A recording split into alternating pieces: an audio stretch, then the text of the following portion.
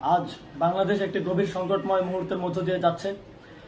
এখন পর্যন্ত আমাদের প্রাপ্ত খবর অনুযায়ী আওয়ামী লীগ, ছাত্রলীগ, যুবলীগের সন্ত্রাসীরা গুলি করে কুপিয়ে প্রায় 30-এর অধিক শিক্ষার ছাত্র জনতাকে হত্যা করেছে এবং দিন শেষ হতে হতে এই সংখ্যাটা কোথায় গিয়ে দাঁড়ায় আমরা জানি না।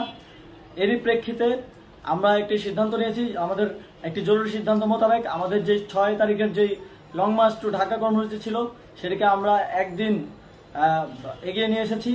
অর্থাৎ আগামীকাল 5ই অগস্ট সারা দেশের মুক্তিকামী জনতাকে ঢাকার উদ্দেশ্যে রওনা হওয়ার জন্য আমরা আহ্বান জানাচ্ছি। যারা পারবেন, যাদের পক্ষে সম্ভব হবে, আজ রাতেই আপনারা ঢাকার উদ্দেশ্যে রওনা হয়ে যান। আমরা আগামীকাল সারা দেশের মুক্তিকামী জনতাকে ঢাকায় আসার আহ্বান জানাচ্ছি। বিশেষ করে ঢাকার আশেপাশে যে জেলাগুলো আছে আপনারা দায়িত্ব নিয়ে মসজিদের মাইকে ঘোষণা দিয়ে যাদেরকে পাবেন সবাইকে নিয়ে ঢাকার উদ্দেশ্যে রওনা হন। এই লড়াই আমাদের জন্য একটি চূড়ান্ত লড়াই। আমরা চূড়ান্ত ঘোষণার জন্য প্রস্তুত, আমরা গণভবনের দিকে যাত্রার জন্য প্রস্তুত এবং সেই উদ্দেশ্যেই আপনারা সবাই ঢাকা আসুন। আমরা আপনাদের সবাইকে নিয়ে আমাদের চূড়ান্ত দাবি আদায়ে এগিয়ে যাব। আমি জানি না সমন্বয়করা আজকে রাতে বেঁচে থাকতে পারবে কিনা, কিন্তু আপনাদের উপর আমরা এই দায়িত্ব দিচ্ছি।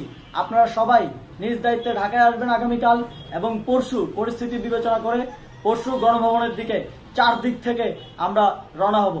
আমরা খুব আতঙ্কের সাথে লক্ষ্য করছি যে ছাত্রলীগ, যুবলীগ এবং আওয়ামী লীগের গুন্ডারা পুলিশের অস্ত্র দিয়ে পর্যন্ত সাধারণ জনগণের উপর হামলা করছে। কিন্তু একটি সুখের খবর হচ্ছে সারা দেশের বিভিন্ন স্থানে সেনাবাহিনী ছাত্র জনতার পক্ষে দাঁড়িয়েছে। আবার কিছু কিছু জায়গায় যেমন মিরপুর ও মোহাম্মদপুরে সেনাবাহিনী ছাত্র জনতার বিপক্ষে দাঁড়িয়ে গুলি চালাচ্ছে।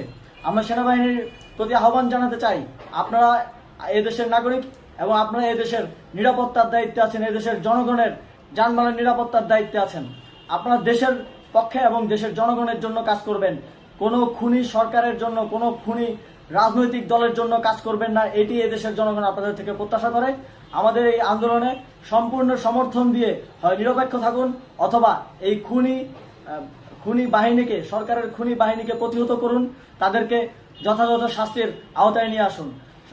যেই কারফিউ সরকারের পক্ষ থেকে ঘোষণা করা হয়েছে, আমরা স্পষ্টভাবে বলতে চাই সেনাবাহিনী এই ধরনের কোনো কারফিউ বাস্তবায়নের জন্য মাঠে না নামে। যদি মাঠে নামে তাহলে সেনাবাহিনী স্পষ্টভাবে অফিসিয়ালি জনতার বিরুদ্ধে দাঁড়াবে। আমরা চাই না সরকারের এই ষড়যন্ত্র সেনাবাহিনী পা দিক।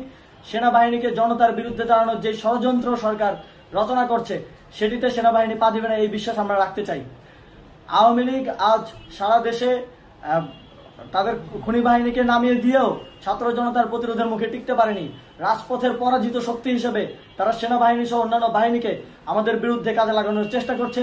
এই চেষ্টাকে, এই ষড়যন্ত্রকে ব্যর্থ করতে হবে এবং আগামীকাল সারা দেশে মসজিদে মসজিদে ঘোষণা দিয়ে ঢাকার উদ্দেশ্যে আপনারা রওনা হন। প্রত্যেকটি পরিবার থেকে অন্ততপক্ষে একজনকে ঢাকার উদ্দেশ্যে রওনা করে দিন, এই ইতিহাসের সাক্ষী হতে, একটি নতুন বাংলাদেশের অভ্যুদয় ঘটানোর একজন কর্মী হতে। ধন্যবাদ সকলকে।